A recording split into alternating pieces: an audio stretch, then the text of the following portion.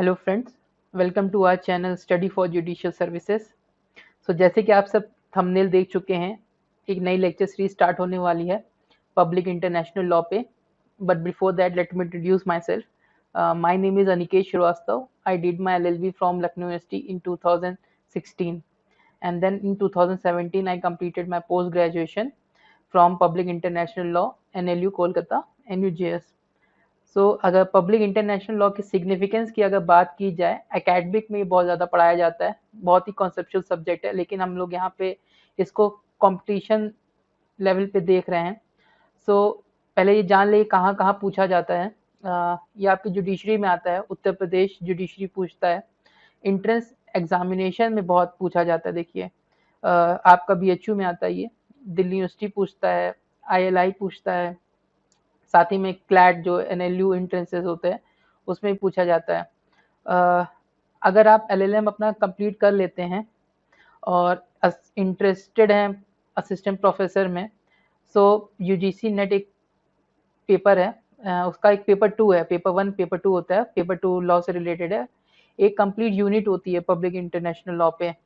देखिए कंपटीशन में इसका बहुत ही इंपॉर्टेंट रोल है। अब इसका कॉन्सिक्वेंशियल इम्पोर्टेंस भी देख लेते हैं।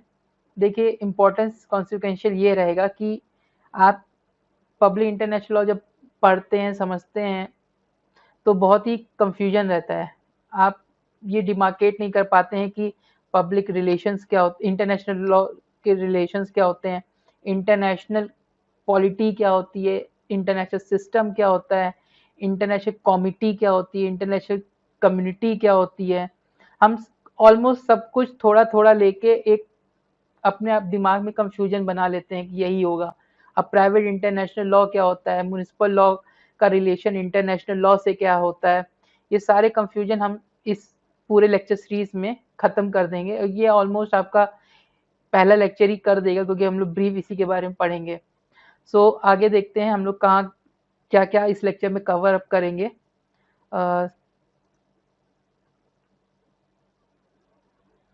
ये है हमारा follow up, how international system works. देखिए लेक्चर स्टार्ट करने से पहले ये जानना ज़रूरी है कि इंटरनेशनल सिस्टम कैसे काम करता है।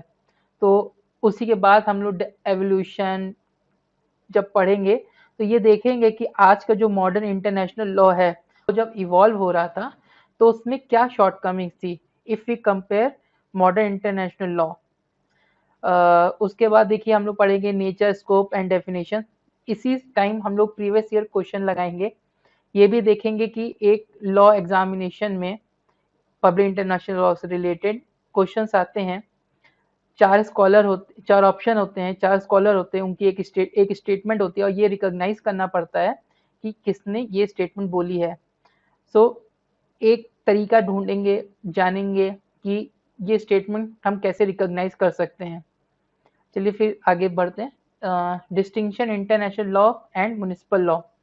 देखिए यहाँ पे ये जानना हमारा बहुत ज़रूरी है कि म्युनिसिपल लॉ इंटरनेशनल लॉ में कैसे काम करता है, इंटरनेशनल लॉ म्युनिसिपल लॉ में कैसे काम करता है, साथ ही में म्युनिसिपल कोड इंटरनेशनल लॉ को कैसे यूटिलाइज करते हैं, कैसे उसको अप्लाई करते हैं, साथ ही में इंटरनेशनल ट्रिब्यूनल्स जो होती हैं, कोर्ट्स होते हैं, वो कैसे अपने म्युनिसिपल लॉ को अप्लाई करते हैं। ये सब जानना बहुत ज़रूरी है। एक ये रिलेशन बहुत ज़्यादा इम्पोर्टेंट है जानना। साथ ही में प्राइवेट इंटरनेशनल लॉ के बारे में भी थोड़ा बहुत पढ़ेंगे।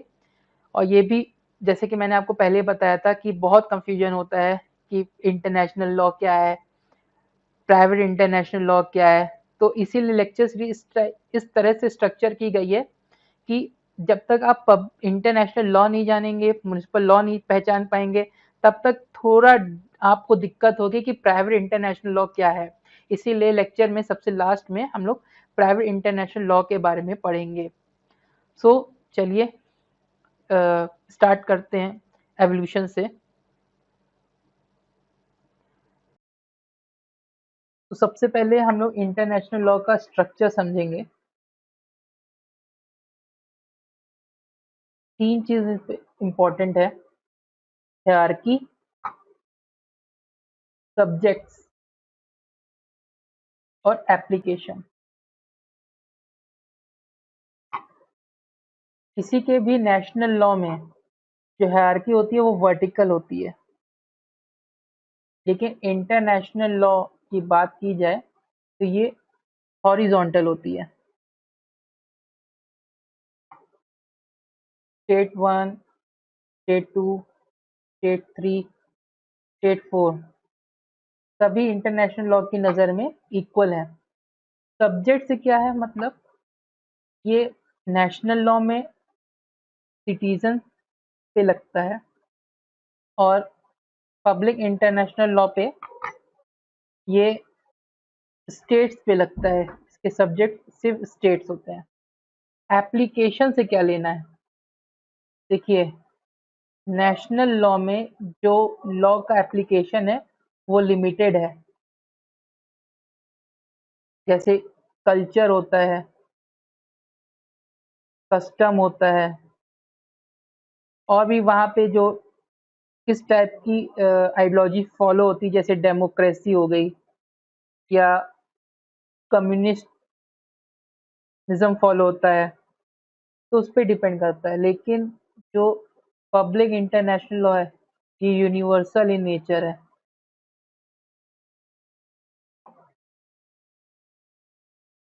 तो हमको ये स्ट्रक्चर याद रखना है पब्लिक इंटरनेशनल लॉ पढ़ने से पहले। उसी से हम ये डिसाइड कर पाएंगे कि एवोल्यूशन में क्या शॉर्टकमिंग्स थी। तो चलिए हम लोग एवोल्यूशन पढ़ते हैं। इसको हम पढ़ेंगे एक टाइमलाइन के थ्रू, और टाइमलाइन स्टार्ट होती है आपकी 2100 बीसी से। एक सिविलाइजेशन थी मेसोपोटामिया,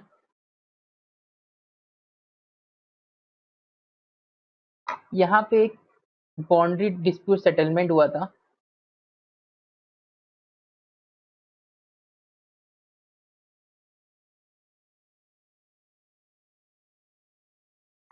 इंटरनेशनल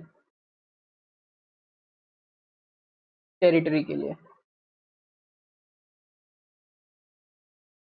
तो इसका सिग्निफिकेंस ये है कि मान लीजिए कि अगर वॉर नहीं होती है, लॉ एंड ऑर्डर मेंटेन रहेगा,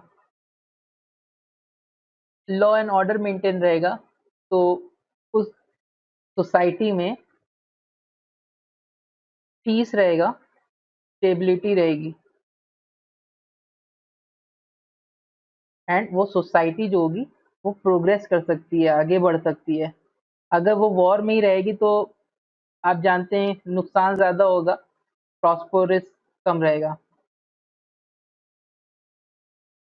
फिर हम देखते हैं 1000 BC में इजिप्ट में भी एक पीस ट्रीटी होती है।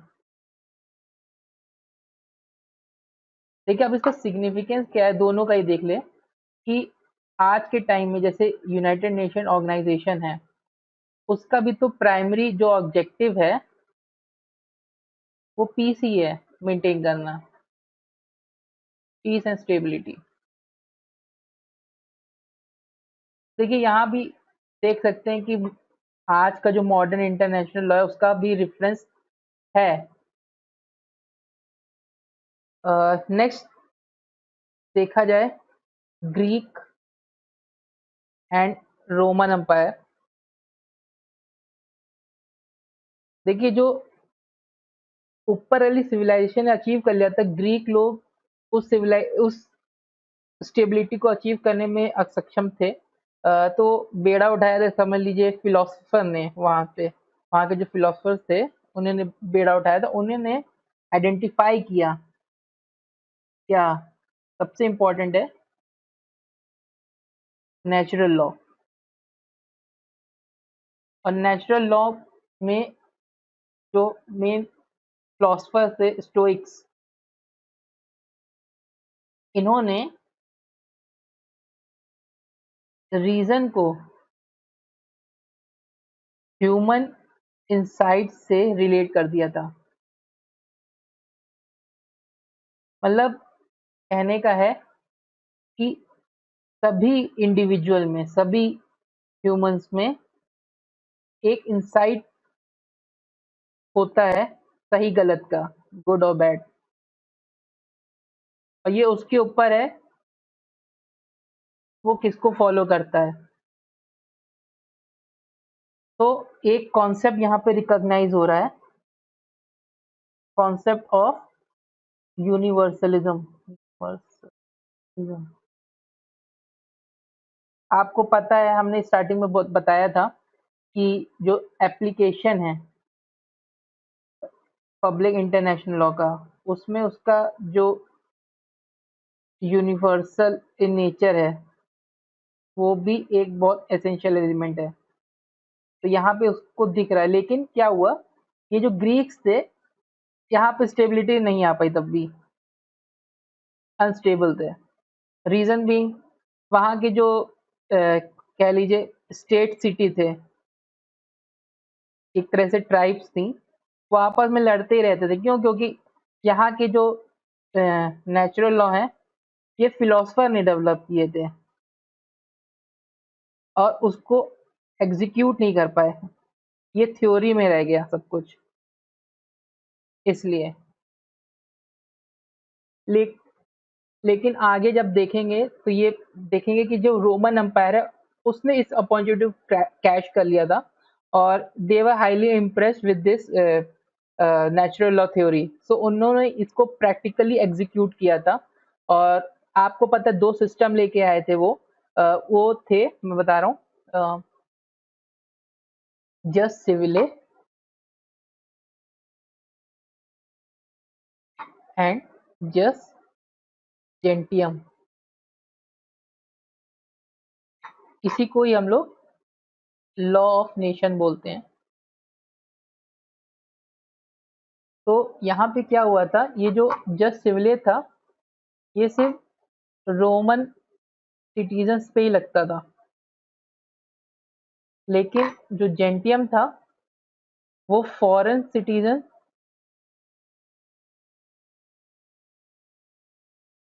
प्लस रोमन सिटीजन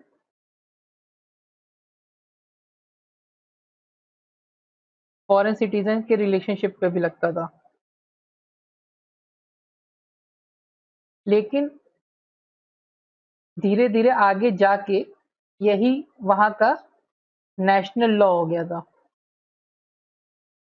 तो इंटरनेशनल सिग्निफिकेंस से अगर देखा जाए तो इसकी शॉर्टकमिंग जस जेंटियम की ये थी कि इसका जो सब्जेक्ट था वो सिटीजन ही था।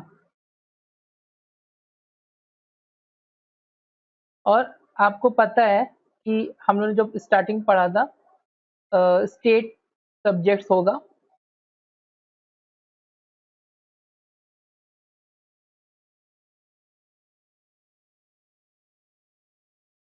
तो ये इसकी शॉर्टकमिंग थी। इसके बाद देखते हैं कि 12th सेंचुरी आते आते जिसको हम लोग मिडिल एजेस कहते हैं, यहाँ पे चर्च पावरफुल हो गई थी।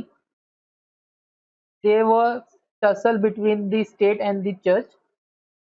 और चर्च ने क्या किया था, जो भी रोमन सिटीज यूरोपियन थे उनको रिलीजियसली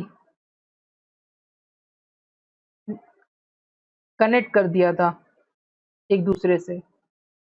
तो एट दिस मोमेंट बहुत से लॉज डेवलप हुए, जैसे मर्केंटाइल लॉ को बिजनेस लॉ भी कहते हैं। बिजनेस बढ़ा, बिजनेस को कम्युनिकेट करने के लिए क्या कहते हैं, मरीन लॉ भी डेवलप हुआ। तो जैसे जैसे प्रोग्रेस हो रहा था between European Nations, they were becoming stronger. और जब स्ट्रॉन्गर बनता है कोई नेशन तो वो अपने आप को सॉवरेन करता है, इंडिपेंडेंट डिक्लेयर करता है। उसके ऊपर कोई रूल नहीं कर सकता है, ही विल डिक्टेट इट।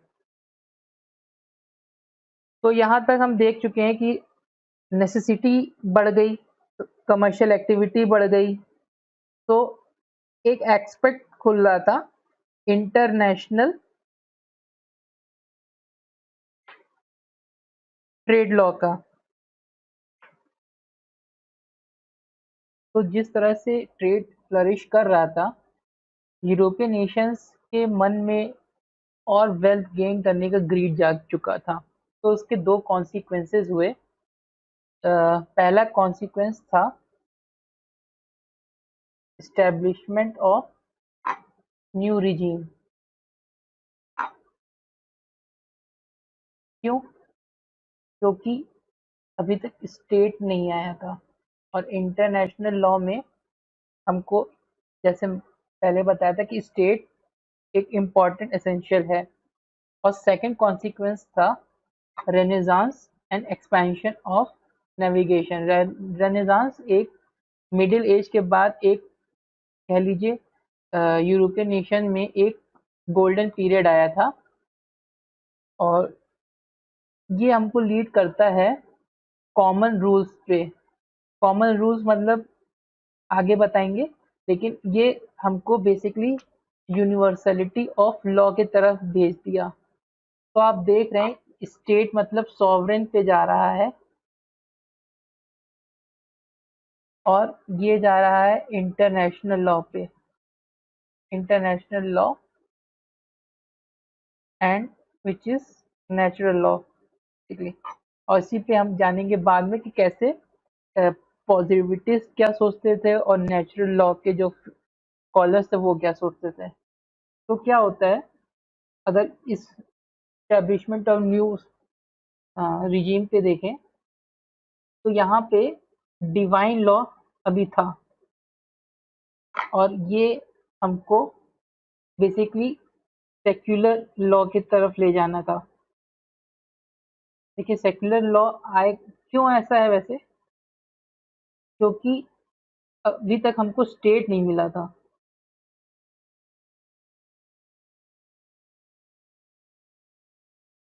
जो कि सॉवरेन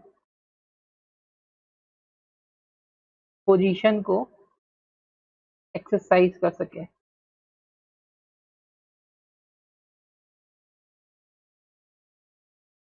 तो क्या हुआ था, चर्च कमजोर हो चुका था। जैसे टाइम बीतता गया, church loss is power, loss is power. But एक फिलोसफर थे सेंट थॉमस एक्विनास, इन्होंने बताया कि जो डिवाइन लॉ है, ये ह्यूमन की रीजनिंग नहीं है। जो ह्यूमन रीजन करता है, जो उसका एसेंस, उसका कॉन्शियस है, वो डिवाइन लॉ ही उसको गाइड करता है। और जो ह्यूमन मेड लॉ है, वो बेसिकली डिवाइन लॉ के अधेरेंस पे होना चाहिए, मतलब उसको फॉलो करना चाहिए, उसके अगेंस्ट नहीं होना चाहिए। और अगर अगेंस्ट हुआ तो वो बैड इन लॉ है और वो माना नहीं जाएगा। तो आप देख सकते हैं ह्यूमन मेड लॉ आ गया है, मतलब अब एक तरह से कंडीशनली सही, बट स्टेट पावर रिकॉग्नाइज हो रही है। और फिर आता है आपका रेनेसांस पीरियड। यहाँ पे क्या होता है, Machiavelli, Hugo Grotius, Hobbes, Locke and Rousseau, ये तीनों स्टेट के कॉन्सेप्ट पे काम करते हैं। अब बोलते हैं जो ये ह्यूमंस थे, ये बेसिकली एक एसोसिएशन है ऑफ मैन, और ये एसोसिएशन जाके बनता है स्टेट हमारा। और यही स्टेट सॉवरेन पावर एक्सरसाइज करेगा। सॉवरेन मतलब इंडिपेंडेंट है, और जो भी ये रूल बनाएगा इसके ऊपर वो नहीं है कि वो उसको फॉलो करेगा। तो हम ये देखते हैं यहाँ पे कि एक्सपेंशन ऑफ नेविगेशन होता है। हमको पता है कि अगर हम इंडियन मॉडर्न हिस्ट्री पढ़ेंगे तो जब मुगल पीरियड गिर रहा था तो वहां पे सबसे पहले पुर्तगालीज आए थे। ऐसा क्यों? क्योंकि ये जो सी रूट है इसको डिस्कवर कर रहे थे। तो हम जानते हैं जैसे वास्को डी गामा आए थे और क्रिस्टोफर कोलंबस थे, इन्होंने नई नई जगह ढूंढी थी। तो पुर्तगालीज क्या करते थे, जो भी डिस्कवरी हुई ये अपने उस पर मोनोपोली करते थे, यही यूज कर सकते वो एरिया। बट जो ह्यूगो ग्रोशियस थे उन्होंने बोला ऐसा रूल होना चाहिए जो कॉमन फॉर ऑल हो। और कॉमन से मतलब है हमारा नेचुरल लॉ ही लगेगा, क्योंकि ये सिर्फ यूरोपियन नेशन पे नहीं लगता है, ये सभी पे इक्वल है, ये नॉन यूरोपियन के लिए भी सेम है। तो यहाँ पे हम देखते हैं कि इंटरनेशनल लॉ का फाउंडेशन रख दिया गया था। तो अब बचा है हमारा एक टसल बचा है जिसमें दोनों के दोनों नेचुरल लॉ के फिलोसोफर और क्या कहते हैं आपके जो पॉजिटिविस्ट थे उनके बीच में एक आर्गुमेंट होता है, फॉर्मल डिस्कशन,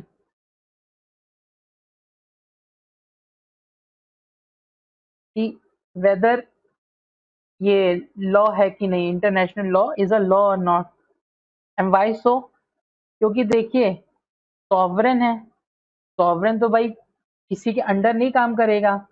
आप अगर कॉमन मान लीजिए आपने कॉमन रूल बना दिया कि हम वॉर करेंगे, और वॉर करने से पहले हम इंटीमेशन देंगे, डिक्लेयर करेंगे हम वॉर करने वाले हैं, ठीक है। लेकिन अगर कोई सॉवरेन होगा तो वो थोड़ी ना ये सब पे देखेगा, उसके ऊपर डिपेंड करता है, वो तो अपने रूल से भी नहीं बाध्य है, तो वो ये सब थोड़ी ना देखेगा, वो सीधे जाएगा हमला कर देगा अगर करना होगा। तो हम आगे अब देखेंगे कि कैसे जो सॉवरेनिटी है स्टेट की वो कैसे डाइल्यूट हुई।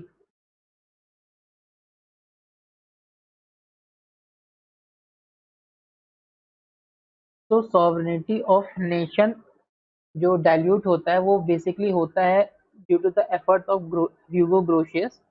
इनको देखिए बोला जाता है father of secular public international law. तो ये पहले ये जान लें कि ये क्यों इनको सेक्युलर इंटरनेशनल लॉ का फादर माना जाता है। क्योंकि देखिए जब मिडिल एजेस था तब वो जो लॉ था वो थियोलॉजी बेसिस पे था। मतलब नेचुरल लॉ जो था वो गॉड से रिलेटेड था, जो गॉड कमांड करता था वही नेचुरल लॉ माना जाता था। लेकिन क्योंकि कॉमन रूल्स चाहिए थे, और कॉमन रूल सिर्फ क्रिश्चियनिटी पे तो लग नहीं सकता है, वो नॉन यूरोपियंस पे भी लगेगा। तो एक रिजीम चाहिए था, तो उन्होंने क्या किया, ऐसी व्यवस्था के लिए बात की जो कि गॉड से अलग हो, सेक्युलर हो। जब कोई किसी लॉ से हम गॉड को डिटैच कर देते हैं तो वो चीज़ सेक्युलर हो जाती है। तो इसीलिए उनको हम father of secular public international law बोलते हैं। सो सेकंड होता है इनका जो काम का जो एफर्ट्स होता है वो मेंशन है। उन्होंने एक बुक लिखी थी जिसका नाम है डी जोरे बेले एक्पेसिस। ये बेसिकली बुक थी on the law of war and peace. तो इन्होंने बताया कि अगर जैसे एक रूल बनाए कि अगर किसी को वॉर करना है तो पहले आप प्रायर डिक्लेरेशन करिए, एफर्ट्स करिए, कि वो पहले रिजॉल्व हो जाए। और सेकंड था लॉ ऑफ सी, क्योंकि हम लोग जैसे पहले पढ़ चुके, पोर्टुगीज जो थे वो मोनोपोली रखते थे स्टेट्स पे, कैब्लिटार जो था। और तो ह्यूगो ग्रोशियस का एफर्ट था कि उन्होंने बात की कि ये जो रूट सिस्टम है, नेविगेशन रूट है, ये ओपन फॉर ऑल होना चाहिए। क्योंकि इवेंचुअली आप देखिएगा, ट्रेड तो सभी को करना है, ग्रीड तो सभी यूरोपियन नेशन के तो वही बात बोलेंगे ना कि जो वहाँ के स्टेट्स को पसंद आए। चलिए आगे देखते हैं। तो हमको सॉवरेन नेशन तो मिल गए, हमको इंटरनेशनल लॉ मिल गया, लेकिन जो पॉजिटिविस्ट थे वो कैसे इसको त्याग दें। तो हम देखेंगे कि जो नीड थी, वही बात, जो नीड थी कमर्शियल एक्टिविटी करने की, उसी एफर्ट्स ने स्टेट्स को अपना सॉवरेन पोजीशन डाइल्यूट करने पे मजबूर किया था। तो ये एफर्ट्स थे in the form of some declarations and treaties